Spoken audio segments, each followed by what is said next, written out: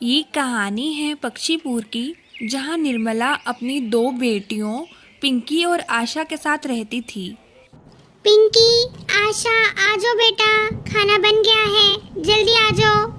पिंकी और आशा दोनों सौतेली बहनें थीं और एक दूसरे को बिल्कुल पसंद नहीं करती थी। अरे वाह, क्या बात है माँ, आपने कितनी अच्छी टेस्टी खिचड़ी बनाई है। इस बारिश के मौसम में तो इसका टेस्ट ही अलग होगा। वाह, थैंक यू माँ। माँ, आपको पता है ना कि मुझे ये पसंद नहीं है, फिर भी आपने मेरे लिए ये सब बनाया। आप हमेशा पिंकू की पसंद का खाना बनाते हो। मुझसे तो आप बिल्कुल भी प्यार नहीं करती हो, सारा प्यार आप पिंकू से ही करती हो। आशा, मेरी बच्ची, ऐसा नहीं कहते, तुम दोनों ही मेरी बेटियां हो। पिंकू तुम्हारी छोटी बहन है, तुम्हें उसका ध्यान रखना चाहिए। माँ की ये बात सुनकर आशा खाना खा लेती है। आशा दीदी, चलो ना बाहर चल के खेलते हैं, सब बच्चे खेल रहे हैं, हम भी उनके साथ जाके खेलते हैं। तुम्हें उनके साथ खेलना है तो जाओ ना, मेरा क्या सिर खा रही हो। मेरी माँ को भी तुमने अपना बना लिया है, अब मेरे दोस्तों को भी अपने दोस्त बना लो। जाओ, तुम्हें तो बस यही आता है। बर्बाद हो गई मेरी जिंदगी जब से तुम आई हो हमारे घर। आशा की ऐसी बातें सुन पिंकू को बहुत बुरा लगता है और उसके आंसू बहने शुरू हो जाते हैं। दिन यूं ही बीतते चले जाते हैं। आशा अपनी माँ के लाख समझाने पर भी पिंकू को अपनी बहन स्वीकार नहीं कर पाती है।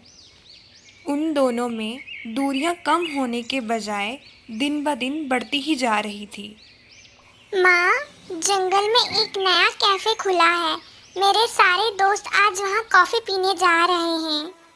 क्या मैं भी उनके साथ जा सकती हूँ? प्लीज माँ, मना मत कीजिएगा। बेटा, अगर आप जाना चाहते हो तो जाओ, कोई बात नहीं, लेकिन आप पिंकू को अपने साथ लेके जाओगे और उसके साथ ही रहोगे। आप उसे अकेले नहीं छोड़ोगे, बोलो प्रॉमिस। आशा पिंकू को अपने साथ लेके नहीं जाना चाहती थी, लेकिन माँ की बात सुनकर उसने झूठ मूठ का प्रॉमिस कर दिया। हाँ माँ, प्रॉमिस।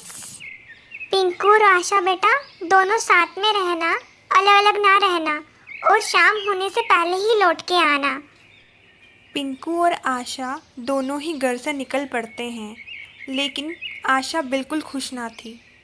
पिंकू, मेरी बहन, तुम यहीं रुको, मैं अपने बाकी सारे दोस्तों को यहीं पे लेके आऊंगी। तुम घबराना मत, मैं अब भी थोड़ी देर में आ जाऊंगी। आशा दीदी, प्लीज जल्दी आना, मुझे अकेले डर लगता है, ठीक है ना? प्लीज जल्दी आना। ये कहते ही आशा वहाँ से चली जाती है। पिंकू बड़ी देर तक आशा का इंतज़ार करती है, लेकिन आशा वापस लौट के नहीं आती। धीरे धीरे शाम हो जाती है और पिंकू को डर लगने लगता है।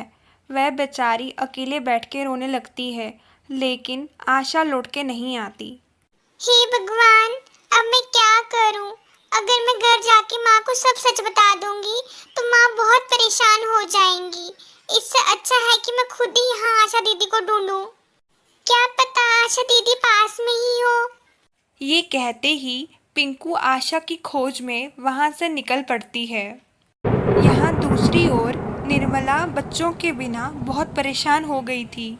हे भगवान, बच्चे तो अभी तक नहीं आए, न जाने कहाँ रह गए, कहीं तूफान में न फंस गए हो। पिंकू उसी तूफानी बारिश में अपनी बहन को ढूंढने के लिए निकल पड़ती है, लेकिन वह उसे कहीं नज़र नहीं आती। यहाँ दूसरी ओर आशा चील के चंगुल में फंस गई थी। चील ने उसे किडनैप कर लिया था। चील मौसी, प्लीज मुझे जाने दो, मेरी माँ घर पे इंतजार कर रही है। आज कितने दिनों के बाद मुझे इतना नरम नरम मांस खाने को मिलेगा, और एक हो तुम बेवकूफ जो कह रही हो कि तुम्हें जाने दूं। हा हा हा। तुम्हें खाने का प्लान तो मैंने पहले से ही बनाया था, बस तुम मेरे हाथ नहीं लग रही थी, और आज तुम मेरे हाथों से बच नहीं पाओगी। सोचा था दोनों बहनों को एक साथ निपटा लूंगी, मगर तुम बेवकूफ उसको वहाँ छोड़ के आ गई। चलो कोई ना, काम कर दूंगी मैं। पिंकू चील की सारी बातें सुन लेती है और वह अब परेशान हो जाती है कि वह अपनी बहन को चील के चंगुल से कैसे छुड़ाएगी। आशा को बचाने के लिए वह तुरंत एक प्लान सोच लेती है। चील जैसी ही आशा को खाने वाली होती है वैसे ही उसे एक आवाज़ सुनाई देती है। शुक्र है मेरी आज जान बच गई, मैं तो मरने ही वाली थी।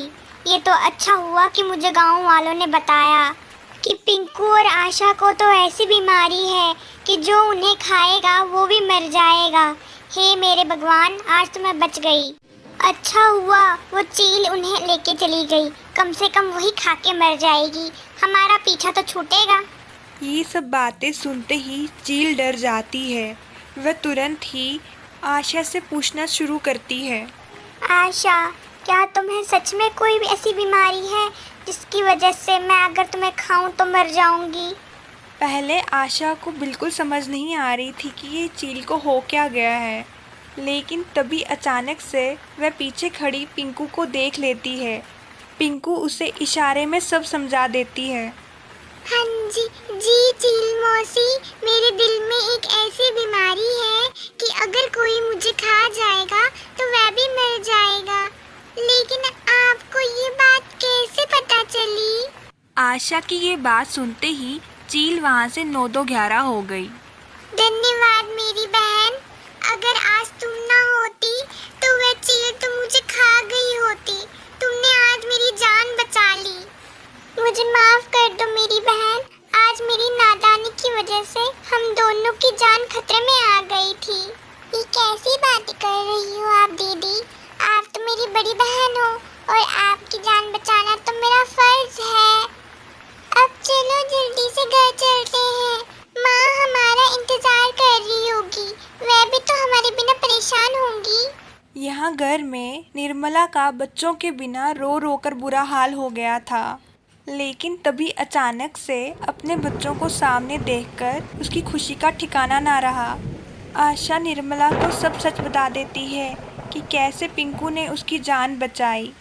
उस दिन से आशा ने कसम खाई कि वह पिंकू को अपनी छोटी बहन की तरह प्यार करेगी। तो देखा आपने दोस्तों, कैसे आज पिंकू की समझदारी ने आशा की जान बचाई। किसी ने सच ही कहा है, एकता में बल है। जल्दी मिलते हैं, तब तक के लिए बाय बाय। एक बार की बात है, एक जंगल में टुनटुनी नाम की एक चिड़िया रहती थी। वह हमेशा खाने के लिए ही परेशान होती। हे भगवान, मेरे घर का तो सारा राशन खत्म हो गया, अब मैं क्या खाऊंगी? लगता है जंगल ही जाना पड़ेगा, शायद वहीं कुछ मिल जाए खाने के लिए। इतनी देर में चिंटू भी स्कूल से आ जाएगा, नहीं तो वह भी जंगल में जाने के लिए जिद करेगा। ये बोलते ही टुनटुनी घर से खाने की तलाश के लिए जंगल की ओर निकल पड़ती है। वहीं दूसरी ओर उसी जंगल में एक कल्लू नाम का कौवा रहता था। आज कितने दिनों से मैंने अच्छा खाना नहीं खाया है, आज ज़रा जंगल में जाके कुछ अच्छा खाना ढूंढ के लाता हूँ। ये कहते ही कल्लू कौवा भी जंगल की ओर निकल पड़ा। अरे वाह जामुन, ये तो बड़े मजेदार है। अरे ओ टूनी चिड़िया, चल निकल यहाँ से, तुझसे पहले मैंने ये जामुन देखे थे, ये जामुन मेरे हैं। कल्लू भैया, कैसी बातें कर रहे हैं आप? आपको भी पता है ये जामुन पहले मैंने देखे थे, फिर भी आप झूठ बोल रहे हैं। अच्छा चलिए एक काम कर लेते हैं, कुछ जामुन आप ले लो और कुछ मैं ले लेती हूँ, इससे हम दोनों का ही पेट भर जाएगा। कल्लू टुनटुनी की ये बात मान लेता है। वे दोनों ही अपने अपने जामुन लेके वहाँ से चले जाते हैं। वह सारे जामुन तो मेरे थे, मगर उस टुनटुनी ने तो मेरा दिमाग ही खराब कर दिया और आधे जामुन लेके चली गई। अगर मैं आज सारे जामुन लेके आया होता तो बहुत दिनों तक मुझे खाना ढूंढने की ज़रूरत ना पड़ती। यहाँ दूसरी ओर टुनटुनी और उसकी बेटी जामुन के फल का मज़ा लेते हैं। माँ, ये जामुन तो बहुत ही मजेदार है, क्यों ना हम इसी का एक पेड़ लगा लें ताकि हम हर दिन ही जामुन खा पाए।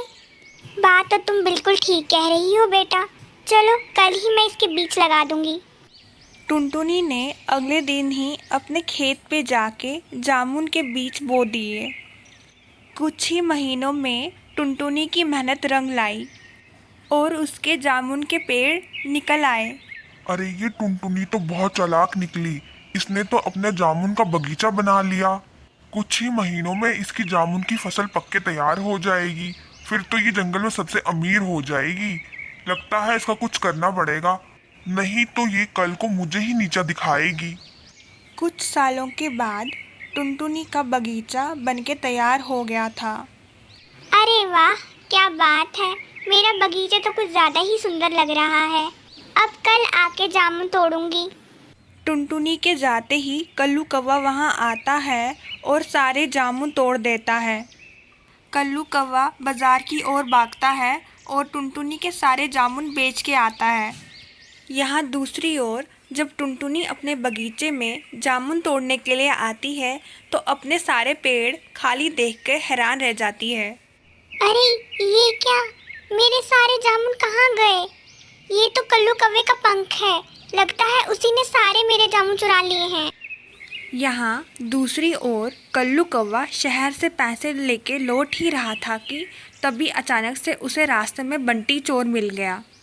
कल्लू कौवे, जल्दी से सारा माल मुझे दे दे, वरना मैं गोली चला दूंगा। ये कहते ही बंटी चोर ने कल्लू कौवे पे गोली चलाई और उसका सारा पैसा लेके वह वहाँ से भाग गया। इस हादसे में कल्लू कौवे की जान चली गई। साल यूं ही बीतते गए। टुनटुनी ने अपनी नई खेती स्टार्ट कर दी। टुनटुनी अब पहले से ज़्यादा खुश और अमीर हो गई थी। उसने बहुत सारे लोगों को काम पे भी रख लिया था। किसी ने सच ही कहा है, बुरे का अंत बुरा ही होता है। तो दोस्तों, कैसी लगी आपको कहानी?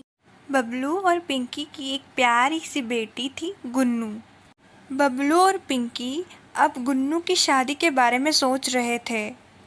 गुन्नू बेटा, मुझे लगता है कि अब तुम्हारी शादी की उम्र हो गई है।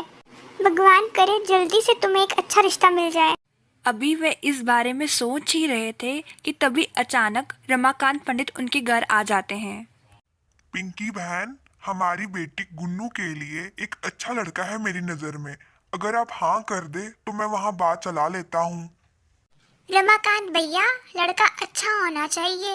आपको तो पता ही है हमारी गुन्नू कितनी अच्छी लड़की है। पिंकी बहन, लड़के के घर वाले बहुत अमीर है। गुन्नू बेटी को वहाँ किसी चीज की कोई कमी नहीं होगी। रमाकांत भैया, आप लड़के की इतनी तारीफ कर रहे हैं तो फिर अच्छा ही होगा। ये कहते ही पिंकी गुन्नू का रिश्ता पक्का कर देती है और कुछ दिनों के बाद उन दोनों का विवाह हो जाता है। गुन्नू के ससुराल वाले शहर में रहते थे। माँ जी, कल्लू जी तो अभी तक नहीं आए। काफी देर हो चुकी है। अरे ओ गवार लड़की, ये गांव नहीं, ये शहर है। और कल्लू गया होगा अपने दोस्तों के साथ पार्टी करने। तू सोचा चुपचाप, सुबह जल्दी भी जागना है और हम सबके लिए नाश्ता भी बनाना है। जी माँ जी, मैं बना लूंगी। मुझे वैसे भी आदत है सुबह जल्दी जागने की। अगले दिन गुन्नू सुबह सुबह जागती है और सबके लिए नाश्ता बनाती है। तभी अचानक से कल्लू शराब के नशे में धुत होकर सुबह सुबह घर लौट आता है। गुन्नू डार्लिंग, जल्दी से नाश्ता लगा ले। कल्लू जी, आप शराब पी के आए हैं? आपके मुंह से तो शराब की बदबू आ रही है। ओ गवार औरत, मेरी माँ बनने की कोशिश मत कर। नौकरानी है, नौकरानी बन के रह। माँ, आपने मेरी ये शादी किस गवार से करवा दी है? आप तो कह रही थी वो बड़ी समझदार है। अरे बेटा, गांव का गवारापन छोड़ने में तो कुछ वक्त लगता ही है ना। मुझे पूरा यकीन है कि कुछ दिनों में ये शहर के सारे तौर तरीके सीख लेगी। अपने ससुराल वालों का ऐसा व्यवहार देखकर गुन्नू हैरान रह जाती है। माँ जी, मैं सोच रही थी कि कुछ दिनों अपने माँ के घर चली जाऊँ। काफी दिन हो गए उन्हें मिले हुए। मुझे उनकी याद आ रही है। हाँ हाँ, तुम्हारी माँ यहाँ 10-10 नौकर जो छोड़ के गई है, जो तुम्हें अपने मायके जाना है। अपने सारे गहने यहाँ छोड़ के जाना। क्या भरोसा तुम्हारा?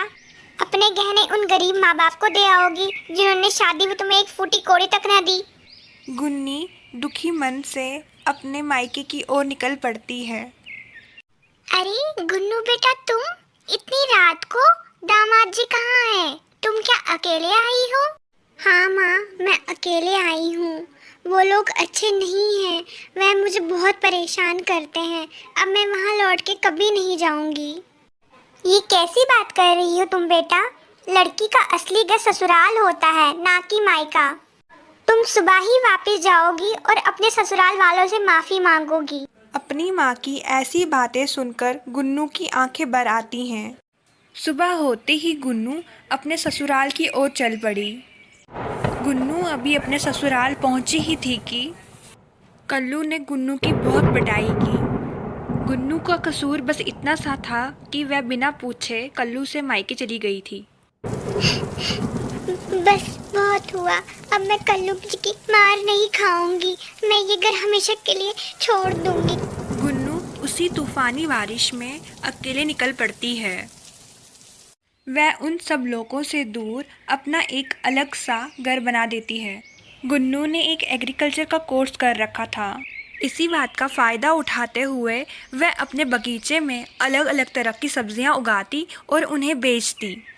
वह ऑर्गेनिक सब्जियां लगाती जिसकी मार्केट में बहुत ज़्यादा डिमांड रहती। देखते ही देखते गुन्नी का कारोबार कुछ ही महीनों में ऊंचाई छूने लगा। वह अब बहुत खुश थी। गुन्नू की आंखें खुशी से भर आई। वह सब औरतों के लिए अब एक मिसाल बन गई थी। गुन्नू ने हिम्मत हारने की बजाय अपने जीवन में नई शुरुआत की और अपने जीवन में आगे बढ़ी।